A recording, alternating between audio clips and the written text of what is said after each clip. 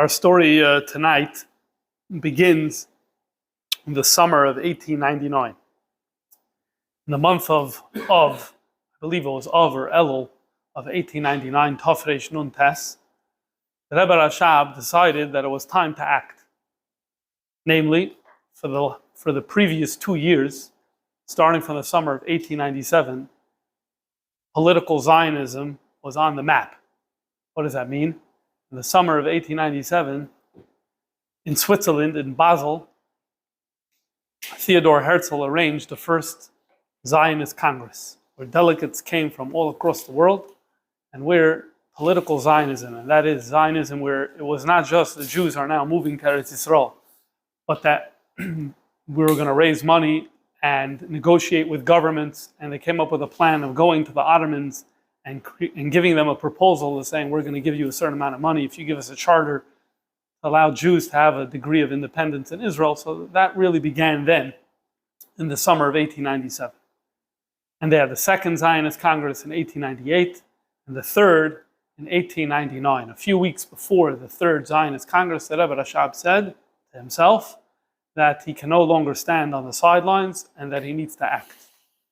What does this mean? He wrote a public letter. A public letter then meant that he wrote a copy of a letter, and then it wouldn't go to print. But what happened is that you would have a sofer, a Shmuel HaSofer, would write out 20 copies, 30 copies, 50 copies by hand, and they would send this out to different communities. Up until that point, many Chassidim did not know what the Rebbe Rashab's position was about Zionism. They had no clue. Some perhaps knew, but many did not. With this letter, the Rebbe Rashab was clarifying what his position was. The letter goes on for a number of pages, and we're going to read a passage from the beginning of this letter. Now, this passage deals with a specific issue. However, the Rebbe Rashab himself says in this letter that this issue, which is going to be our focus tonight, is not his main issue. It's a secondary issue. His main issue with Zionism, which is not something we're going to talk about tonight, is that the issue of nationalism replacing religion as either the only identity of Judaism or as an alternative identity for Judaism. The Rebbe Rashab was horrified by that prospect. And so the Rebbe Rashab, his main focus in the letter was on that issue. And he writes clearly this is the main issue. However, for whatever reason, he decided to begin his letter by saying something else, by saying a secondary point, a secondary argument. And what's interesting is that this got more attention than his main point. You know, sometimes you're in a disagreement with someone and you bring up two points, and you have a main point and a secondary point, and people start nitpicking you on your secondary point. That's kind of what happened here. There was a lot of pushback on this point that we're going to talk about today. So let's read this passage from the letter of the Rebbe Rashab that is printed in the Igris Kodesh. What did the Rebbe Rashab say? Quote, V'haloi ein onu rashoim gam lidchoikas haketz laharbais betachanunim alzeh. It is inappropriate. We are not allowed to push forward the ketz, the time of Mashiach's coming. What does that mean? We're not allowed to push forward the time of his coming. We're not allowed to excessively daven for it. Laharbais betachanunim alzeh. And then he gives a source, Rashi, and see a medrash shir hashir. He continues and says, V'chol shekein, b'koichos v'tachbulois gashmiyim. If we're not allowed to engage in excessive prayer, how much more so we're not allowed to utilize physical schemes, physical powers. Dahainu lates ma'agolos b'zraya, to leave golos by our own power. Ein anu rashoim, we're not allowed to. And our geula will not come about in this way. And so what is the Rebbe Rashab's point?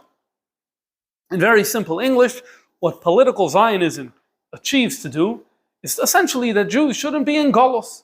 Now what does Golos mean? Oh, you could say Golos means is a hell in the Hesten and Welt. Okay, that's not what we're talking about here. Golos, what does Golos mean in Pshuto Shomikra? Golos in Pshuto Shomikra means that Jews are living outside Eretz Yisrael under the majority rule of the foreign nations.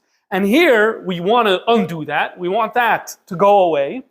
So he's saying, if a Jew is not allowed to excessively daven for Mashiach, how much more so that we can't get involved in this particular project? What are the sources? Rashi, and the Medrash. Now I know there's going to be a lot of questions on this, but we're really just touching one specific nakuda, so we're going to defer the questions to the end. Let's see, what is this Rashi? So the Rashi is in Ksubas Daf Kuf Yud Aleph Amud Aleph, but in order to understand the Rashi, we need to go to the Gemara. So let's go to the Gemara in Ksubas Daf Kuf Yud Aleph Amud Aleph. The Gemara there stellt sich on psukim in Shir HaShirim.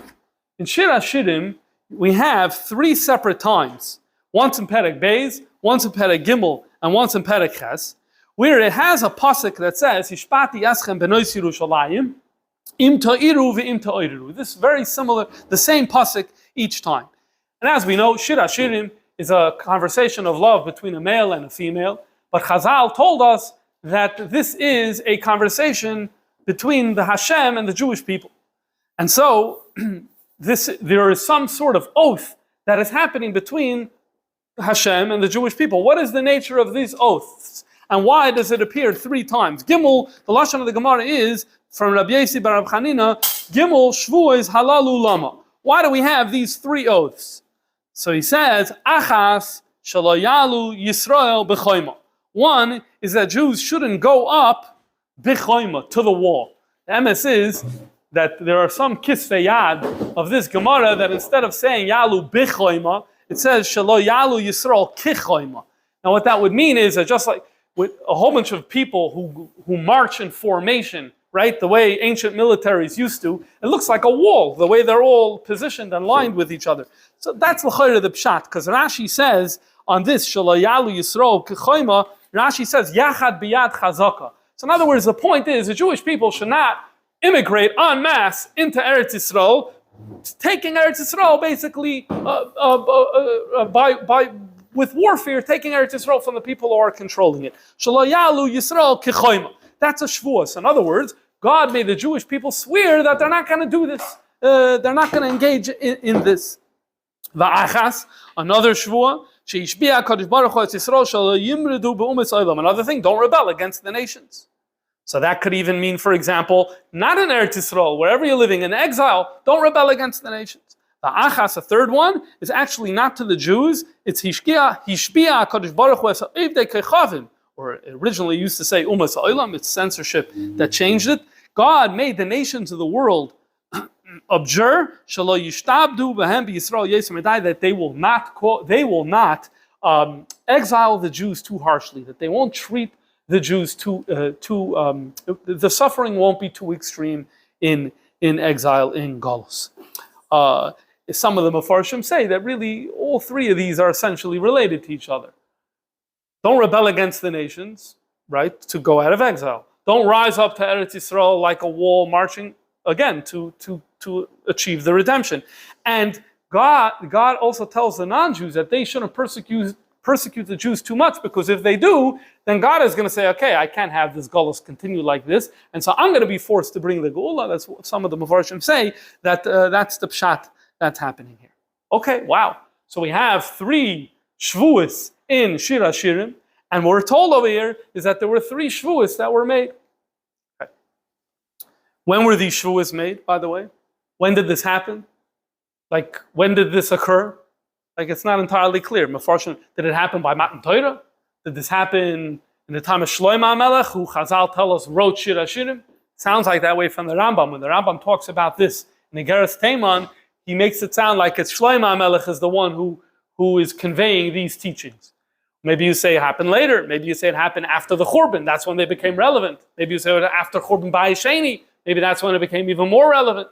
Maybe you would say it's the Amoraim who taught it. Rabbi Yossi bar Rab Chanina is an Amoira, who's the one who darshan the psukim in Shir HaShirim. So maybe it came out there. These are fascinating discussions to have. It's not our primary topic, so we're going to leave that alone. The Gemara then continues to say, there's another Amoira that's Moisef.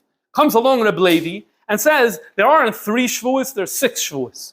Reb Levi is an Amoira, just like Rabbi Yossi bar Rab Chanina is. And he says there are 6 shvuos. And he says, Shei shvuos halalu lama. What are the 6 shvuos about? Tlasa hanida amran. The previous 3, exactly what we said. Einach, what are the other 3? Number 1, shelo yegalu es haketz. So this is, Rashi tells us, what is this? That a Navi shouldn't come and reveal the times of Mashiach's coming. Okay, this relates to the subject that we spoke about in the previous class. Number 2, or number 5, v'shelo yirchaku es haketz. V'shelo yirchaku es haketz. They shouldn't make the kates distant. That's a little bit funny. What does that mean? They shouldn't make the kates distant. We'll see in a second. V'shelo yigalu asoid lo ev dekachavim. They shouldn't reveal the secret to umas oilam, is what it originally said. They shouldn't reveal the secret to the umas oilam. Rashi says either this means the secret of how we calculate the Jewish calendar, or it means the secrets of the Torah. Okay, fine. A lot of discussion about each one of these. Our interest is going to be in Shvuah number 5, where it says, Shelo yirchaku es haketz. The Jewish people shouldn't distance the end. What does it mean they shouldn't distance the end? So Rashi right there tells us as follows. Shelo yirchaku es haketz. What would that mean? Ba'avoino. Through sinning. In other words, if you do too many Avedas, what's going to happen? You're going to push off Mashiach's coming. So Hashem made a Shvuah to Yidden that they shouldn't do that. This sounds very funny. Why? What do you mean? We're already mushba v'oimid for Har Sinai, not to do Avedas. So why do we need something additional to that? It's all the other 5 Shvuahs are something additional that's not part of the general mahalach of Judaism. So you understand why it's necessary. But to say that there's a Shvuah, you shouldn't, Shelo yirchaku es haketz ba'avoinam, it's a little funny. So some of the Mefarshim point out that that's why Rashi continues and says, Lashon Acher, he gives you a different interpretation. And the different interpretation is not just a different interpretation, it actually is a different girsa. What's a girsa? We know that a Reish and a Dalid can easily look very similar, and people can confuse it. So therefore, instead of Shelo yirchaku es haketz, it's Shelo yitchaku es haketz, Shelo yitchaku garsinon. Lashon doichik, which means pushing forward. In other words, don't push forward the kates. What does it mean, don't push forward the kates? How would a Yid push forward the kates? Do not excessively daven for it. Here is the mucker for what the Rebbe Rashab was saying, that we are told that we're not allowed to excessively daven. Where does this come from? You have 2 Amoraim. One Amora doesn't have this. The second Amora, Levi, has it in one of 2 girsas in the words. First we had Shelo yirchaku, but then Rashi gave us a second pirush, Shelo yitchaku, and there what we have is Shelo yirbu b'tachanunim al kach yoiser midai. The truth is, there are some manuscripts of Gemara that actually are written with a Dalet. In other words, the Gemara, the way it's printed by us, it's Shelo yirchaku es haketz, with a Reish. But if you look at, we once spoke about the Munich manuscript in a Gemara class a few months ago, and there Taka says that the Lashon Yidchaku with a Dalet, and there are others as well. It's not the only Ksav Yad, there's a number, at least 4 different Gemara Kisvei Yad that have it in that Lashon. So it's not just Rashi saying this because he has a problem with the first pirush. There's actually some textual evidence for this particular approach. So this is, they got a facsimile of it in Lubavitch, yes. Okay, now the Rebbe Rashab also quoted a Medrash Rabbah. So let's look at the Medrash Rabbah. It says, Shira Shirim Rabbah Parsha Beis, it says as follows. It's a drasha on the same psukim. Reb Chelboy Omer, another Amoira, says, Arba Shvuas Yesh Kan. He counts 4 Shvuas. What are they? Number 1, Yishbiya li Yisrael shelo yimrudu ala malchiyos. Don't rebel against the governments. Okay, that's the same. That corresponds to one of the Shvuas that we had in the Gemara in Ksubos. V'shelo yidchaku ala kates. That also corresponds, and notice, it corresponds to Rashi's second version. And right here we can pause and say, why is the Rebbe Rashab pointing to this medrash? Because Rashi gave you what? Gave you 2 oifanim. One's yirchaku, one's yitchaku. So you don't want to shtel only on one of 2, but you see that it's more mistaber, the second one. Why is the second one more mistaber? Because in the medrash, that's what you have. V'shelo yitchaku ala kates. It's dafka with a dalid, so that supports that the second way in Rashi is stronger than the first way in Rashi. Continue. V'shelo yigalu mastirin, which means the secret shalahem l'umas ha'olam. That also don't reveal the secrets. That corresponds to one of the shvuas we had in the Gemara in Ksubis. V'shelo yalu choyma min hagoyel. They shouldn't arise as a wall from Golus. That also corresponds to one of them. The Medrash then continues and says, In kain lama melech HaMashiach ba, oy bazoi, why is Mashiach going to come? A lot of the Mefarshim have a hard time with this line. I think bepashtus, it means as follows. Im kain, if it is so that we're not allowed to rebel against the nations, and if it is so that we're not allowed to arise in military formation to take back Eretz Yisrael, what do we need Mashiach for? Isn't it true that the role of Mashiach is to be the general who's going to lead us in taking Eretz Yisrael by force? Or in the Lashon of the Rambam, Yilcha Mechames Hashem v'Yanasech, he's going to fight the wars and he's going to triumph. So, but now you told me that we're not allowed to do these things. That lo yalu chayim min hagoyla. So lama melech haMashiach ba, and for the medrash lekabez goliyasein shal Yisrael. Which, the way I understand it, what he's saying is, I don't need Mashiach for wars. I need Mashiach to be ma'ir Yidden and to encourage Yidden and to perhaps to compel Yidden living all around the world. By the way, come to Eretz Yisrael. So Mashiach is not a fighter. Mashiach is an inspirer. He's a leader, and that's what it is. Okay. Rab Unya Amar, another Amayda said, the Dalit Shvuos, we have 4 Shvuos, and Ishpi and Keneged Dalit Doiris, and these correspond to 4 generations, Shadachaku al haketz, who again, they pushed it forward, the nichshalu, and they failed. In other words, he's going to say there are 4 instances where there were groups of Jews who pushed forward the haketz, and each time it failed. What were these? Echad b'mei Amram. One of them is in the days of Amram.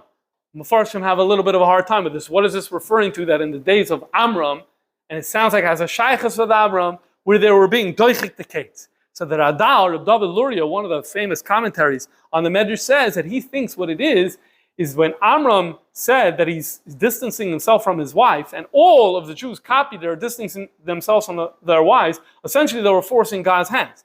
Because they were going to do what? They were essentially going to end the Hemshech of Klal Yisrael. So God can't let that happen. So therefore, that was b'vchinas dechikas haketz. It's almost like excessive davening. This is even more extreme than excessive davening, because they were doing actions that basically was going to end Jewish history. So this is one thing. The nichshalu, what does it mean for nichshalu? It didn't work. We know that his daughter Miriam came and said this is not a seder, and he taka et charata, and he didn't do it. So that's maybe one pshat. There are probably others. The echad b'mei dinai. There was another instance b'mei dinai. This is a fascinating subject. Who is this man, Dinai, who's referring to? What's the event here? It's mamish, a subject for itself, so we're not going to touch it. It's a very interesting subject. The Echad Bimei ben Kuzba, that we know what it is. There was a time that's Bar Kochva, Shimon ben Kusiba. What happened? In the 3rd decade of the 2nd century, the Jews rose up against Rome under the leadership of Shimon ben Kusiba, and he was their leader. Rabbi Kiva said he's Moshiach, and they wanted to take Eretz Yisrael, but Poel, it failed. So that's an example of they were being doichek haketz, this medrash is saying. The echad b'mei Shusalach ben Ephraim, and one in the days of Shusalach ben Ephraim. This goes back to one of Ephraim's children was Shusalach, and we know that Bnei Ephraim, some of them left Mitzrayim early, and the medrash goes on to explain they made a cheshbon. They're counting 400 years from the time of Bris ben Absarim, and really the 400 years are supposed to count from the time of Yitzchak. So like, okay, the time is now. We're getting out of here. We're going to Eretz Yisrael. They lost in battle. To some non-Jews who attacked them, and so it didn't end up working out for them. So what you see from here is, I guess that especially if the Reb David Luria is right, is that there isn't just one way of being doichik the haketz. It isn't only through warfare. There are other ways, perhaps as well. The Rebbe Rashab is referring to this Shira Shirim Rabbah, as I said before, because he wants to elevate the primacy of the second version in Rashi, Yitchaku over Yirchaku. What's the bottom line? In summary, what's the Rebbe Rashab's point? We have Makoidus and Chazal, that this whole project of Geula is not something that we can go ahead and push forward. Ma'adach, we're not allowed to go and do excessive davening. How much more so we're not allowed to go and engage in this project of political Zionism. Okay, now as I said before, the Rebbe Rashab says in his letter, this is his secondary point. His main point is that there's an identity issue, there's an issue with Jewish identity, where today we're creating a reality that instead of Torah and religion and Judaism being the life of a Jew, we're going to create nationalism as an alternative, and may become the only alternative to what does it mean to live as a Jew. And this, Rebbe Rashab elaborates on that particular point. He says this is his main point. And throughout the years, you see that Rebbe Rashab focused much more on that. But in this letter that he penned in the summer of Tafresh Nun Tes 1899, he began by making this particular point. And what do we walk away with from here? Something that sounds, the first time you hear of it, it sounds a little unusual, especially for those who grow up in a culture and where we're told to say, Ad Masai, Ad Masai, Ad Masai, we want Mashiach now, we want Mashiach now, we want Mashiach now. And then to hear that there's an Ein Anu Rashaim to excessively daven, it sounds very, very bizarre. And in fact, that is the primary purpose of today's shir is to understand what is the nature of that type of this type of issur. I should point out here that on the topic of these shvuos, you could understand that in the last 100 years, more, the last 120 years, there's been voluminous writings on this subject. Complete books have been written on the Gimel Shvuos. There's no way that we can cover all 6 Shvuos and all Shittas. In fact, we're only going to focus on this one Shvuah, the Shvuah of dechikas haketz, of pushing forward the ketz, and within that itself, much has been said, and our focus is going to be on what the Rebbe Rashab said and what the Rebbe said, specifically because otherwise it becomes too much. Okay, so that's scene 1. Scene 2 is that there were people who weren't going to take this kindly because they were very strong Zionists. And the Rebbe Rashab wrote a letter in public, they were going to fight back. So I'm going to show you 3 samples of this. So first up is a man by the name of Eliezer Eliyahu Friedman. He eventually moved to Eretz Yisrael and he wrote memoirs. In his memoirs he writes that he had a friend named Hillel Zlatopolsky. Zlatopolsky is a Chabad name. Hillel Zlatopolsky was the son of a big chassid, Zalman Zlatopolsky, who was a Yoshev in Lubavitch and a big chassid that had Marash and Rebbe Rashab. But Hillel, there's Nagunim from Zalman Zlatopolsky.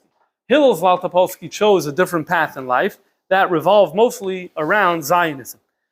Interestingly, later in the 1930s, he actually developed a reconnection with the Frierdiker Rebbe, a very warm connection. There are letters, and this was sustained until he was tragically killed in Paris sometime in the 1930s. Anyway, so Friedman writes in his memoirs that he was friends with Hillel Zlatopolsky. And one day Zlatopolsky comes to him and gives him a copy of the letter, handwritten, from the Rebbe Rashab. One of the copied versions that I mentioned before. And he brought it to Friedman, and obviously Hillel was upset about it, and Friedman was upset about it. So Friedman decided that he is going to write a rebuttal. He's going to write a rebuttal. So what did he do? He published a little tiny book. It's a very rare book. It's called El Karyana de Garta. That's the name of the book. And he published it in the next year, Tafrei Samach, in the year 1900, and he placed the text of the Rebbe Rashab's letter, and under it he wrote a running commentary which seeks to counter the things that the Rebbe Rashab is saying. So on this point about dechikas haketz, this is the answer or the rebuttal that he offers. He says that there's a difference between dechikas haketz and a hachana for the ketz, a preparation for the ketz. What does he say? He says, you're right, we have to recognize that it's forbidden to excessively daven. That's something that is not allowed. However, he thinks that a hachana to be as a Mashiach, that should be allowed. What does that mean? So that when Mashiach comes, he should already find thousands of Jews living in Eretz Yisrael and working the land, and they're normal citizens, and that they're ready to be independent, and they're ready to have all the good that's associated with the era of Mashiach. This is a good idea. And in fact, I'll bring a makar. The makar is, the Gemara in Taina says that the Rabbanon say that a kohen bisman hazeh is not allowed to consume alcohol. Why is a kohen not allowed to consume alcohol? Because because we hope the Beis HaMikdash is going to be built speedily in our day. So within minutes, you're going to need a kohen to go serve. And so what do you see? That the Chachamim did care about making a hachana bisman lagalos for the gula by telling kohenim not to drink wine. And so therefore, he'd like to suggest that similarly, we should make a hachana for Bias HaMashiach, and that is the whole project of political Zionism. And it's not an issue of the ketz because, we're just preparing for it. It's not part of the ketz itself. This is what he wanted to say. Okay, the truth is, he could have gone further. He could have said, this will sound familiar to us today. He could have said, ketz? What does it have to do with the ketz? Israel? Jews going to Israel? What does it have to do with the gula? It's nothing to do with the gula. Who said gula? Nothing gula. Very simple. We want things should be good for Jews, begashmias, and we think that it's better for them to live in Israel than for them to live in Russia and Poland and Germany. And so who said anything about gula and the ketz? He could have said that, but he didn't say that. You know why he didn't say that? Because no one was saying this at the time. Shouldn't say no one. The vast majority of voices were not saying this at the time. In other words, if you look at frum Jews who were talking about Zionism during this period of time, and even non-frum Jews, they're talking about this, that this is either the Geula, or it's the first stage of the Geula. In other words, the association with the Geula was all over the place, including him. He even had to go with the concept of hachana to the Geula. Why? It's an interesting question. Why did they choose to focus so much on the Geula? But the reality is that that's what they did. Fine. Now, I think that Rebbe Rashab would say that no, the traditional perspective has been that no, it's one package. That Kibbutz Goliath and Beis HaMikdash and all these things are going to happen with the times of Mashiach. It's kind of a chiddush in our day. We're able to say that millions of Jews live in Israel and say, yeah, but it's not a tzchalta de Gula, right? I don't think that's how La'irech HaDoiris, this is what I think that Rebbe Rashab would say. La'irech HaDoiris, that's not how Jews thought about it. Jews thought about it that's not going to happen this way. The hope was that it shouldn't happen that way. The hope was that was going to happen dafka through Mashiach. So the attempt to kind of separate it and to say, no, this project is not part of the haketz, that itself was a very, very big chiddush. And I think that's what the Rebbe Rashab would have answered to Mr. Fried. That's number one. Number two, in the year Tafrei Samach Beis, 1902, there's a book that comes out in Vilna that is called Zionism Minekudas Hashkafas Hadas. Now this book is put out by a rabbi. It's actually put out by someone who doesn't say what his name is. The name comes out, the sefer comes out anonymously. It says Yud Dalid Yud, and it's printed that way. And basically, it's supporting Zionism from a Jewish religious perspective. It's not such a big sefer. At the end of the book, there's an appendix. And the appendix is authored by a man named Ben-Zion Vilner. Ben-Zion Vilner. And what does it do? It's an essay that mostly is addressing the Rebbe Rashab's letter, and again, trying to rebut the points in this letter. So at first I was trying to figure out who this Ben-Zion Vilner is. Like, who is this? Like, who is this person? There is no known person, Ben-Zion Vilner. There were such people, but now no literary people under that name. So I'm looking around, and I was speaking it over with a friend of mine, a good friend and colleague, Reb Shmuel Super, and he says, there's no such a person. It's a pen name. It's Ben-Zion is a Zionist. Vilner is a Zionist from Vilna. That's basically what it is. Anyway, it turns out that he's absolutely right. Why? Because what happened was, there was a Jewish newspaper put out by the Haredim in Russia that year, in Tafrei Samach Aleph, Samach Beis, Samach Gimel, in those years, it was called Hapeles. And in Hapeles, there's an article, and the article is about this book, and they write in the book that Yud Ches Yud stands for Yehuda, Yehuda Don Yichya. Yehuda Don Yichya, who lived from 1869 to 1941. Okay, he lived for a time. He lived in Vilna. He definitely was associated with Vilna. He grew up in a Chabad family. His father was a chassid of the Rebbe Rashab. He learned in Volozhin and married the daughter of the Rav in Vilna, whose name was Reb Shlomo Kohen. Reb Shlomo Kohen, a very famous Rav at the time.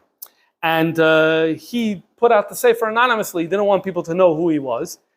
He also wrote, it says there in this Hapeles, that year, these people, they figured out that he wrote the first part, Yud Dalid Yud. He also wrote the second part. Ben-Zion Vilner is also going on him. But Mamish tried creating a double layer of obscurity here because his father is a chassid of Rebbe Rashab and he's associated with Chassidim, so he felt uncomfortable about the whole thing, so he really tried to conceal his identity. Anyway, so one nekuda that we'll take from what he writes over there. He writes as follows.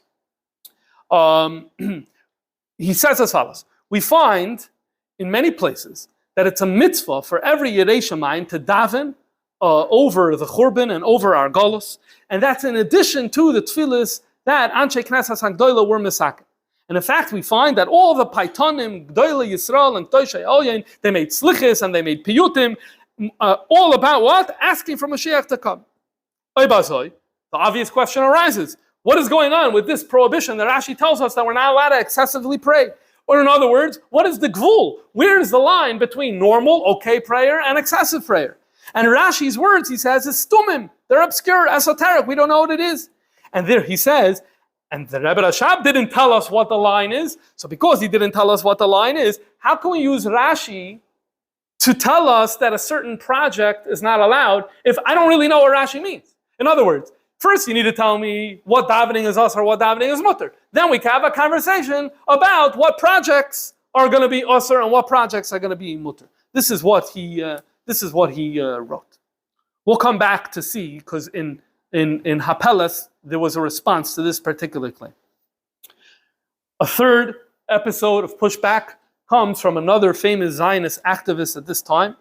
His name was Yitzchak Nissenbaum. I believe he was killed in the Holocaust or in the Warsaw Ghetto. But he was a preacher, a Zionist preacher, a mativ. They would go around from town to town, and they were a maggid. Just like a maggid existed in the previous generations, that they would, come and preach Yiras Shamayim. So starting in the 1880s and into the early 20th century, it was normal that these magiddim instead would talk about Eretz Yisrael, giving money to Eretz Yisrael, moving to Eretz Yisrael, anything related to Eretz Yisrael. So he was one of them.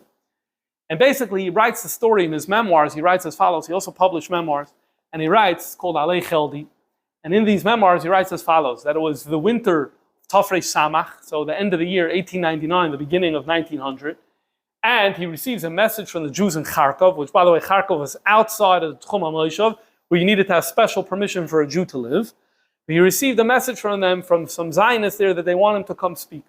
Okay, great, that's what he does for a living. So it's outside the place where Jews are allowed to be, so really it's illegal for him to travel there, but, he's going to take the risk. So he shows up by train in Kharkov, and he comes to, and they pick him up at the train station, and they give him a flyer for telling about that they're giving out, about the speech. And his Gvarin Schwarz in the Eugen, he got very worried. Why? Because he saw that it said, Hesped for Rav Yecheskel Arlozrov, who just passed away. Yecheskel Arlozrov is Chabad name. He was Chabad Rav, Chassid Rebbe Marash, and the Rebbe Rashab, and he passed away in Teves of Tafrei Samach. And now he sees that he's giving hesped. He's like, I didn't come here to give a hesped. So they started laughing. And they said as follows. We want to have a speech on Zionism in the biggest shul. However, the biggest shul is controlled by Chabad Chassidim. So they wouldn't let it. So what we did is, we said, we want to have a hesped for Rabbi Arlozrov, our Rav. So they said, we're Lubavitch Chassidim, we don't do Expediting. So they said, yeah, but we're not Lubavitch Chassidim, and we live here, and he's our Rav too, so we want to have hesped. So they said, okay, they have no choice, they have to give the shul. So then we invited. So on the marketing, it says that it's going to be a hesped. But in reality, what we're paying you for is to give a speech about Zionism. Okay? So he came to the shul, and that's what he did. He gave a speech about Zionism. And in this speech, he basically says the following. Again, he picks up on this dechikas haketz. And what he says is as follows. We have two girsas in Rashi. One is shelo yirchaku es haketz, and one is shelo yitchaku es haketz. One is don't make it distant, and one is don't bring it too close. Don't bring it too close by davening. Don't make it too distant, and he's mechadash pshat. Don't make it too distant is what? Is by not engaging in Yishuv Eretz Yisrael, by not doing Zionism. So in other words, if you're not involved in our project, so you're distancing it. If you're involved in our project, then you're bringing it closer. So that's the way he typed. Now, really, Rashi told us, Shelo Yirchaku means ba'avoinam. Don't distance it by doing Aved. It's not don't distance it by refraining from getting involved in Eretz Yisrael. But he came up with a new pshat, that's Shelo Yirchaku and Shelo Yitchaku. So we have two issues. On the one hand, maybe we shouldn't get involved in Zionism, because Shelo Yitchaku, you can't bring it close. Or maybe you should get involved because Shelo Yirchaku, you shouldn't push it too far. This is the issue he's coming up with. Now you're getting a little bit of a style of how these metifim, how these magiddim would speak, and the creativity that they would use in their drashas. And then he went on to say, so we need to know which one's worse. In other words, which side should we err on? So he says, let's look at history to see when you had in history an error in either direction. So we have Taka in history. On the one hand, we have Ephraim. Ephraim, they pushed it forward. They pushed it forward because they left Mitzrayim early. On the other hand, you have people who pushed it away. Who pushed it away? The Meraglim. They said, we don't want to go into Eretz Yisrael. So they're pushing it away. We don't want to get involved. We don't want to get involved. Which ones were? Both of them were punished. Both of them were killed. What's the difference? Bnei Ephraim, only they were killed. The Meraglim, they caused death for all the Jews didn't go into the Eretz Yisrael. Number two, the Meraglim ein lehem chelek lo olam haba. But the Bnei Ephraim, so there's a shitta in the Gemara, not universal shitta, but there is a shitta in the Gemara that says that the whole story in Yecheskel about when he comes to the valley and he sees the dry bones, and he says, come back to life, that it's a real story, that it happened, and that it's the Bnei Ephraim who are these people, and that he brought them, and that they came to Eretz Yisrael, and that they had children. So if you follow that shitta, what do you see? That the Meraglim were much worse. And so therefore, Enechanami, it's a little bit of a tzachos type of vart, but Enoch Hanami, you can't, we have a problem either way, but we should err on the side of going ahead with it because it's much worse to be like the Meraglim, which is basically saying that anti-Zionists are basically the Meraglim, and pro-Zionists, you're the worst case scenario, Bnei Ephraim, so better to go in that direction. This is what he said at the time. Now, let's go to the pushback against the pushback.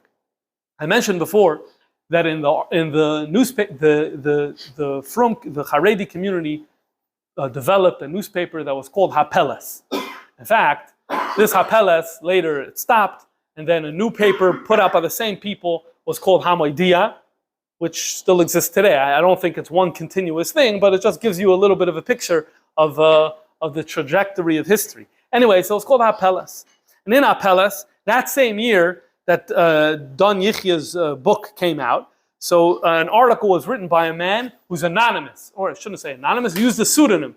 The name is Hagershuni. I have no clue who this man is. I'm very curious to know who he is. I don't know if there's a way of finding out. And what he does is as follows. He says a point that speaks to Nissenbaum's point. First of all, he says, when you have two Girsas and Rashi, which one's the Iker and which one's the Tafel? So he brings sources that says, when you have two Girsas and Rashi, the main one is the second one. Now it's interesting because the Rebbe has Klalim in Pirush Rashi, Ala Torah, that I think is not that way. I think the first one usually gains a little primacy. But he brings from the Mefarshim here, he brings from a Tosfos, and he brings from other sources, that when you have in Shas, Iba Yisema, and you have an Inami in Gemara, the second one is stronger. He says, Al Derech Zayin Rashi, unless he says Virishin Iker, the second one is better. And so therefore, we're throwing out the first one and we're going with the second one, which is really what the Rebbe Rashab was trying to do anyway when he was telling us to look at the Medrash. So in other words, this whole idea of, well, on the other hand, you have Richuk haketz, you could take that Richuk haketz and you pretty much could push it off. You don't have to really worry about it. Dechikas haketz, which is excessive davening, that's the thing that we need to worry about. That's the first thing he says.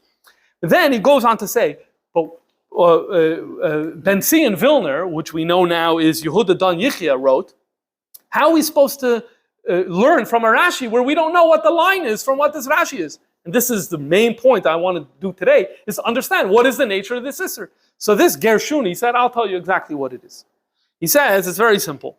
You know, we have this concept of a tainus tzibur, the way it's articulated in the Gemara, and where they'd come out on the street and everyone would get out and they blow the shofar and the chatzoisers and they're fasting and that whole major ceremony when they want rain. So he says, that's what's not allowed. That's not allowed. His lashon is, Yaskimu, the thought would be that Yaskimu kol Yisrael yachad, all the Jews would agree, V'yikbu zman la'asri ala golos, take time to lament and yell and pray about the Golus, Betinius, fasting, the Yud Gimel Midos, and doing these special tefillas, Vaitzas Teva, and taking the Aron Kodesh and the Sifrei Torah out to the street, in order to split the heavens, V'yehima, V'alzeh Yishpinu min hashamayim ma'asais kazais, and this is what we're told we're not allowed to do. And this, in other words, he says, and he ends off saying, it's the same thing as Yelo Yalu B'chayma. Yelo Yalu B'chayma is the Jews cannot together say, we're taking Eretz Yisrael by force. So just like they can't do that, which is a very physical thing, they can't do it in a spiritual way where all the Jews get together and we say, we're going to sit here, we're going to go on strike, we're going to make tiniest or whatever it is, these types of extreme measures. That's not allowed. And in other words, what he's trying to say is, and so therefore, you could translate that easily into political Zionism, which is that we're going to go en masse to Eretz Yisrael in this particular way. That's also similarly not okay and not allowed. And so, therefore, it's very easy. You're saying you can't learn from it. You don't know the Isser. We know exactly what the Isser is. The Isser is the way he described it. It means this protest style, fasting style ultimatum. That's basically what it is. And so then, you very well could derive from it that political Zionism is not okay. The bottom line is that this is a little bit of a lesson in Chlal. When you make an argument with Mekoiris, you can always go one way, you can always spin another way. And it's very interesting. I said this before, I'll say it again. The response to the Rebbe Rashab's letter is all on this. All on this. Dechikas cases, it is an issue in that. I showed you 3 samples. It's all about this. I didn't see from any of these writers or others where they took the second part of the Rebbe Rashab's letter, where he deals with the issue and the problems and the challenges and the threats of nationalism, and we're to have a thoughtful conversation about that. I actually didn't see anyone dealing with that. what's interesting is that Rebbe Rashab has a letter to a chassid a few months after this letter was printed, and he writes, I need to write another letter. And he doesn't say why, but he felt that the first letter was deficient. And eventually he did write a second letter. In Tafrei Samach Dalid, he wrote a memorandum of the conversation that he had, and then he wrote it down. And that's printed in the beginning of Kuntrus Umayan. And there you see, he does not talk about this Isser at all. Dechikas, haketz doesn't come up. He does mention toward the end one line that, by the way, Mashiach is not something we bring by our own power. In other words, we don't jumpstart the Mashiach process by doing kibbutz galius or these types of things. He mentions that very briefly, but the bulk of the essay is all about the dangers of nationalism. So you could speculate and say that maybe the Rebbe Rashab looked and said, you know something, this wasn't primary anyway, so therefore let's remove it from the conversation so it doesn't look like a Rabbanish argument. He said, yeah, I found your mucker this way, you find me a mucker that way. It could be that this was happening there. Now, for our purposes, we want to know, what is this Isser? You're not allowed to daven too much. As of now, we have one interpretation. What is that one interpretation? Regular davening, Ad Masai, we want Mashiach. Now all these things are not a problem. A problem is the ultimatum, the fast, the general, all the Jews gathering together in that manner. That's where we have a particular problem. Let's continue to see other interpretations of what the Isser is, and that brings us now to what the Rebbe said on this subject. So let's go to Likutei Sichos Chelek Chaf, page 384, a Sikha from Shabbos Parshas Lech Lecha Tafshin Mem. In this Sikha, the Rebbe said that we should bring happiness into our lives, happiness over the fact that the Geula is coming, and the very happiness over the fact that the Geula is coming, that Eret itself is going to bring the Geula to come. The Rebbe said as follows, "Men der zelt auf einem von die Tzadikei Polen, then there is noch gewen gar bekatnusay." The story is told about one of the Polish Rebbes when he was young. As be'es mahat von meine gewen an apple, and they didn't let him have an apple, hat gesagt die bracha bei der Priet und durch dem machriach gewen zu geben ihm the apple. He said the bracha bei der Priet, and the parents had no choice, they had to give him an apple. So what does that have to do with us? Durch dem Gufe, was idem sein samech besimchas agula, being happy about redemption, knowing God's going to bring it very soon. So that itself is going to force God. He's just like the child forced the parents to give him the apple. He's just by saying the bracha of, like in other words, bracha is I have the apple already, right? So is das gufa vet kavayachol bringen noch gicher. The Eibischen Avinu Shabashamayim, who's the parent, so Memala Zayin Mishalis Lavav for seine Kinder, and that's going to make that's going to make Mashiach come. So in other words, we make the bracha. In other words, bracha is when you already have the apple. We're going to have the joy of the Geula, and that's going to, so to speak, force God to give us the Geula. This is more or less what the Rebbe said. The Rebbe was Magiyat. Now, when the Rebbe was Magiyat, the Rebbe added a paragraph. I say that because you could tell from the way Ois Ches is written that Ois Ches was added in the Ksav Yad during the Haggadah. It was not part of the Sikha later. The Rebbe said as follows: Pashut, as das alles is klal uklal, nit der inyan von doichik zayin as haketz. Here's the problem. What's the problem? The Rebbe in the Sikha basically came up with a trick to force God to bring us the Geula, and even brought an ultimatum style analogy of a child who makes the bracha eitz, which ties the hand of the parent. And al derech zeh, our simcha is gonna tie God's hand. So why? Why is it not the inyan of doichik zayin as haketz?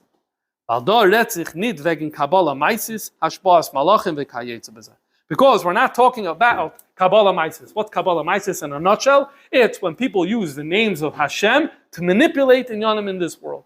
In other words, a tzaddik who goes and he said Hashem's name in a certain formulation, a certain number of times, or wrote it down, and as a result of that, something was able to happen. Hashba'as Malachim is part of this whole Masechta, and where I have a conversation with a Malach and I basically force him to do something on my behalf. It's called Hashba'as Malachim.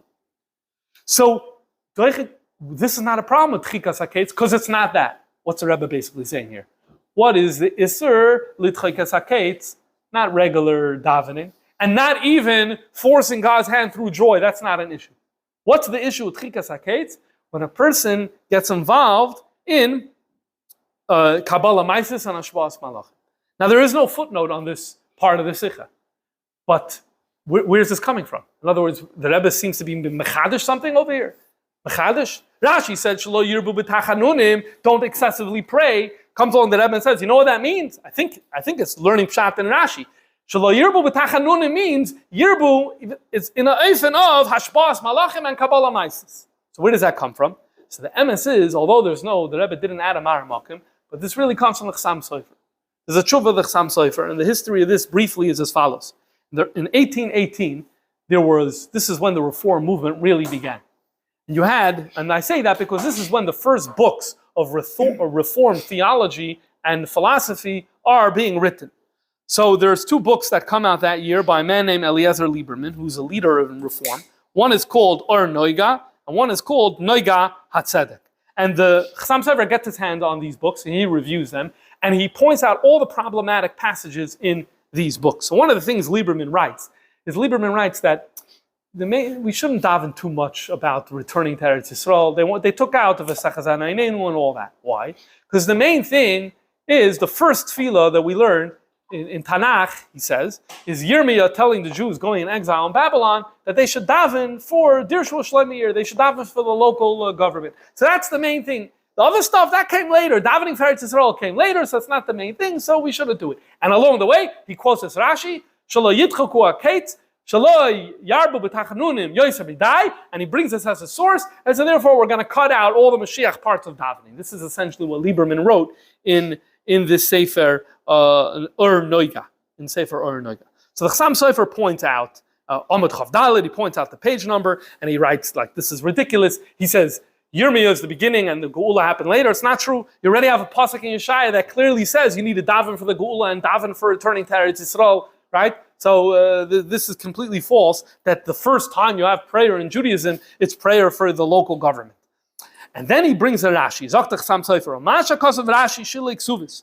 Bepirush Shaloi Litchik Esakei Shaloi Laharbis Betfila. What did Rashi mean? Shaloi Laharbois Daika. The diuk is on the word harbois, and harbois is not it's not amount, it's not minutes. What's harbois? It's a different echos of davening. Going Yosef de Lorena v'chadoima, like Yosef de Lorena v'chadoima. What's Yosef de Lorena? So he says, let's jump now to the Ramak. The Ramak is a Makubal who passed away in 1570. He lived in Tzfas and Eretz Yisrael. He wrote a sefer Pardes Rimonim. Whenever we say the Pardes, it means his work. And he's talking about Kabbalah Maisis. In Sharchov Aleph, Perek Aleph, he says as follows. Kabbalah Maisis asher hoyse gluya bimei haRamban v'arav Rebbe Elazar meGarmaiza v'arav Yosef Gigatila. He basically quotes three Mekubalim from the 12 and 1300s, Ramban, Rebbe Elazar meGarmaiza, and Yosef Gigatila. The latter was the author of a Kabbalah sefer called Sharei Oira. And he says they knew Kabbalah Maisis. They knew this business. But he says, we lost it. And they didn't reveal it to us. Why? They were worried someone improper is going to use it. Indeed, people who were long after them and close to our time, so in other words, Yosef de Lorena gets a bad review by the Ramak, and the Ramak is telling us that he lived far from the 12 and 1300s and closer to our time. So he seems basically to be playing. Remember, he quoting Mikubalim that lived in the 1300s. So we're talking about a person who's reputed to have lived either in the late 1400s or the early 1500s. You could spend the whole shir on Yosef Gigatila. I'll just give you a 20-second version. No one really knows who this person was, where he was, or where he lived.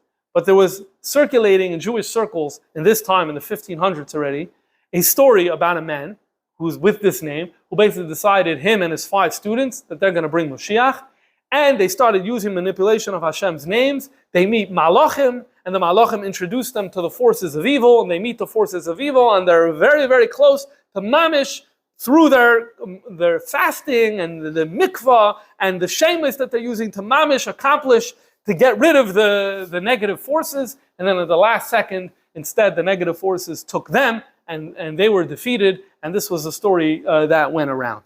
As what the Chassam Sofer is saying, that what Rashi meant, Shloi Laharbis B'Tfila, means Kabbalah Maisis. That's exactly what the Rebbe was saying in the Sikha. It's very interesting. The Rebbe says, it's not an union of Deichik Zaynes haketz, Val Dor Detzich Nit Veken Kabbalah Maisis Hashbas Malachim. So therefore, as of now, we have 2 definitions to this thing that we're not allowed to do. Definition 1 was from Hager Shuni in Hapeles, who told us what you're not allowed to do is an ultimatum en masse from all Jews fasting Sefer Torahs on the street. And what the Chassam Sofer gave us is, and the Rebbe gave us, is the concept of Kabbalah Maisis, that this is not allowed. Okay, now I want to connect this for a moment to this week's Parsha, and this will give us a third definition of what this Isser was. So it is probably well known that Rabbi Yoel of Satmar, the Satmar Rav, was very anti-Zionist. In fact, he wrote a whole sefer on the Shalosh Shvuos, on the sugya of these oaths. And this is was central to his thinking. Anyway, in the sefer Divrei Yoel, in Parshas Acharei, he raises the question of, you're not allowed to daven excessively, what's going on over here? And he says very simple. He says there's a story in the Gemara that Rebbe once put Reb Chia up to daven for the Amid, and he said, Mashiv Ruach, and Chiyul Banov, his children, said Mashiv Ruach, and wind started coming. Said Meir Hashem, started raining right away. When he came to the text of Mechaya Mason, the world started shaking. Why? Because look, he was going to be able to bring Tchias HaMesim, which means Geula plus. This man was, through his prayer, was able to bring. So the Gemara basically says, what happened, the Malachim came, they didn't let him finish his tefillah, and end the story. So what do you see from here? So what you see from here is that there are certain tzaddikim who have special powers through their tefillah. Then he gives a mashal, another example, from this week's parsha from Moshe Rabbeinu. Moshe Rabbeinu davened, he wanted to go into Eretz Yisrael. Why did he want to go into Eretz Yisrael? If he would go into Eretz Yisrael, there are sources that say that then that would have been the Gula Shlema. Why? Because the Gemara in Saita says everything that Moshe touched was eternal.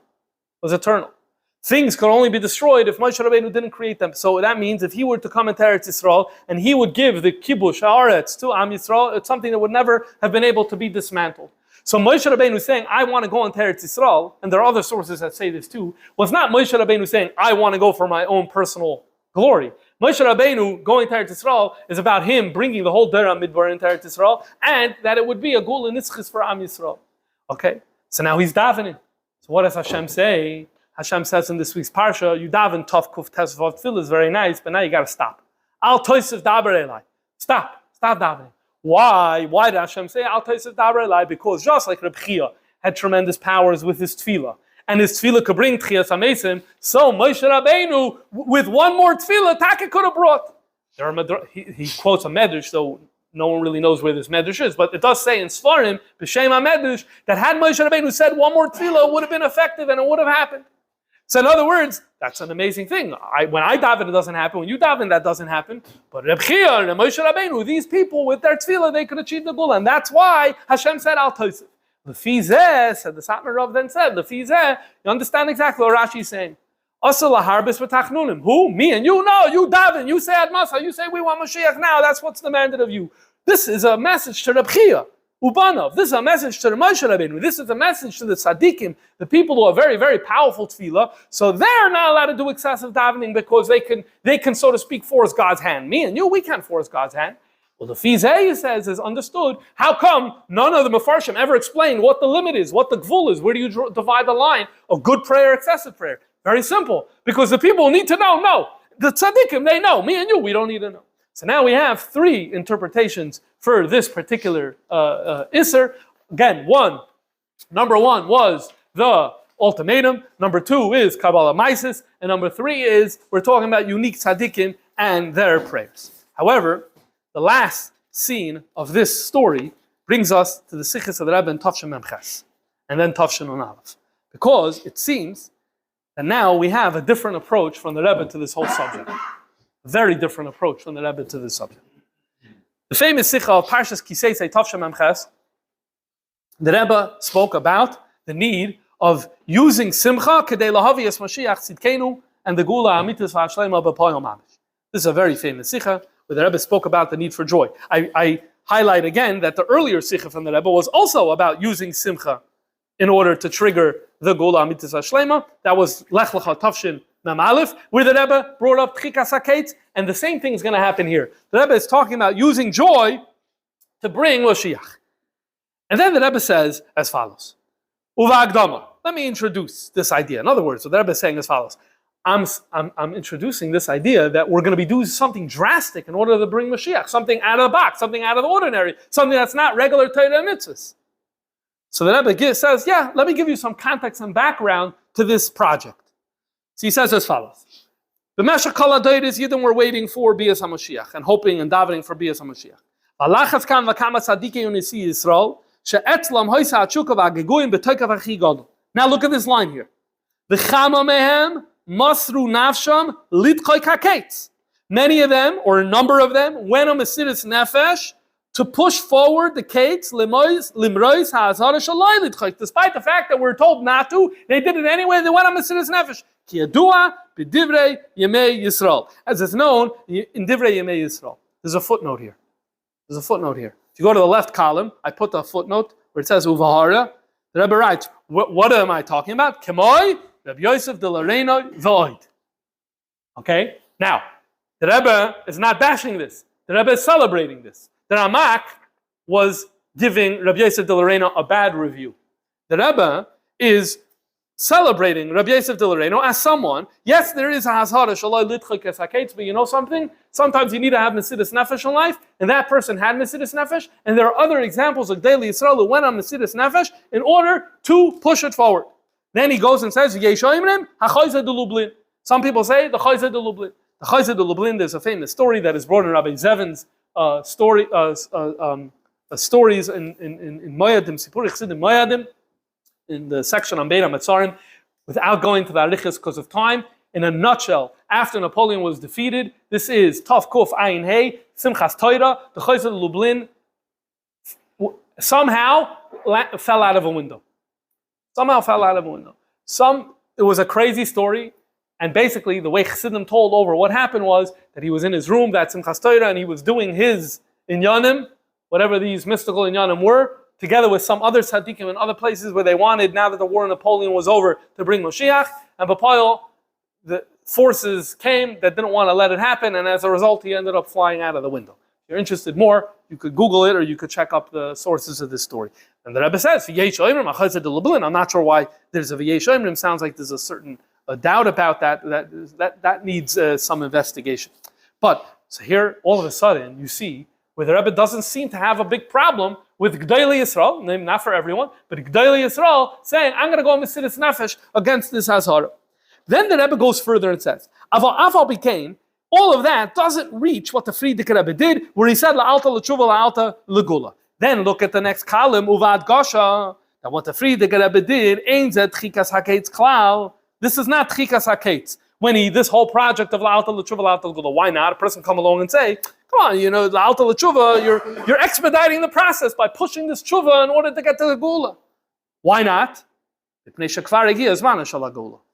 the time of the gula is already here. You can't expedite something that's now. If it's now, you can't say it's prohibited to push it forward. This is an amazing statement.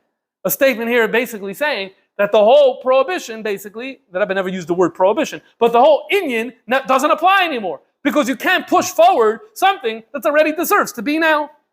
Okay. The Rebbe repeated this in the Kinnas HaShluchim Tavshan on Aleph. Parshas told us the Rebbe said the same thing. There the Rebbe was speaking about that we should go on a shlichus and basically tell everyone that they have a chilek alekah in them, and that when they awaken that, it's going to be ma'or the gula. And no, this is not dechikas haketz because now is already the time for the gula. This is a different approach. Earlier, the Rebbe's approach was it's not an issue of dechikas haketz because it's not Yosef de Lorena, because it's not Kabbalah Maisis. And here, in addition to saying that, by the way, Yosef de Lorena did a good thing and the right thing, even though there's Hasara, he also says that we don't have this issue anymore. Okay. Now, one final word. As I mentioned before about Moshe Rabbeinu. That what? That Moshe Rabbeinu was told, don't daven anymore. I want to show you something amazing. The Sikha the Rebbe in Tavshan on Aleph, Chelek Beis, page 729, where the Rebbe says as follows. Afilu la'achrei was the Eibishter hat ihm gesagt, al toisev daber elai oid ba'davar hazeh. Even after Hashem telling him in Parshas V'schanan, I don't want you davening anymore. Listen to what the Rebbe says here. Is a safek gadol si Moshe at kavayachol oich oif dem gefal. Big doubt that Moshe Rabbeinu listened. Why? You have a Gemara that says anything the Balabais tells you what to do, you should listen, except for going out. Okay, it's a whole discussion. What does this mean? Like, if you come to my house, I can't tell you to leave. That's not for here. The bottom line is, at least Lagabi the Eibishter, what it means, and there are earlier sources that said this, that even if you hear a Baskel Momaila saying you can't do tshuva, don't listen to that. Okay? The Reishus Chachma already said that that's pshat. So, is afilu when their balabai is hamid the Eibishter. Heis Moshe say, he says, get out of here, don't daven. I'll tell you, daber aloi b'daber hazeh. Is mistaber zogin, here it gets stronger. As Moshe sich Meiser Nefesh gewen und Mamshech gewen beten und mispal sein as Orangin in Eretz Yisrael. Moshe had Mesiras Nefesh that he should go, and in this sikha, by the way, the Rebbe stresses it's not about Moshe. It's about so that the Geula could happen, so that the Geula could happen for all of Am Yisrael. Okay, so now let's put two and two together. The Rebbe is, let me just point out, in the beginning the Rebbe said Safek Gadol, and then stronger, I think, is Mistaber that he died. In other words, the Rebbe is assuming that Moshe continued davening. There's a prohibition. Moshe Rabbeinu was given Isser. He was told no. He said, I don't care. I'm doing it anyway. He went on Mesiras Nefesh. Isn't that a parallel with the Sikha in Teitei Tavshem Memches? Where there's Isser. Lo dechikas haketz. You're not allowed to daven too much. And what did the Rebbe say there? The Rebbe says over there, you know something? There was G'dayli Yisrael, like Yosef de Lorraine, who did it, and that's something to celebrate. In other words, it seemed that the Rebbe felt very comfortable with G'dayli Yisrael. I'm not saying this applies for me and you, but for G'dayli Yisrael, whether it's a Moshe Rabbeinu or other great tzaddikim, the Chayzer Lublim, 100%. And so I think that there's that parallel between how the Rebbe sees Moshe in Parshas Va'eschanan and how we see this Isser of Shaloi Litchikas HaKetz.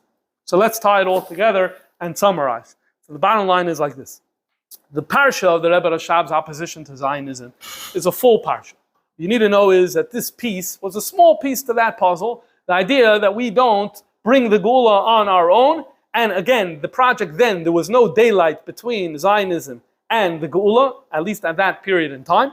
And so therefore, this is what the Rebbe Rashab was saying this. However, this was not his primary point.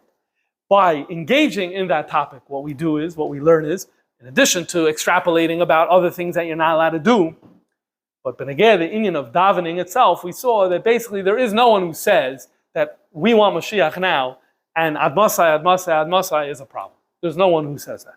Either it's the first model that we saw was the ultimatum. The second model that we saw was the Kabbalah Mises. The third model that we saw was that it's talking about those unique tzaddikim who have very, very powerful prayers. Those were the three ways of understanding what the Isser is. On top of that, we had the Rebbe come along and say that, by the way, a Gadol B'Yisrael, Mesiras Nefesh, could cancel it and ignore this particular one. And more broadly, the Rebbe seemed to have said that this issue is no longer applicable. And maybe one could then explore, is it no longer applicable to the other shvuas as well? I don't know, that needs a little more thought. All right. Who was the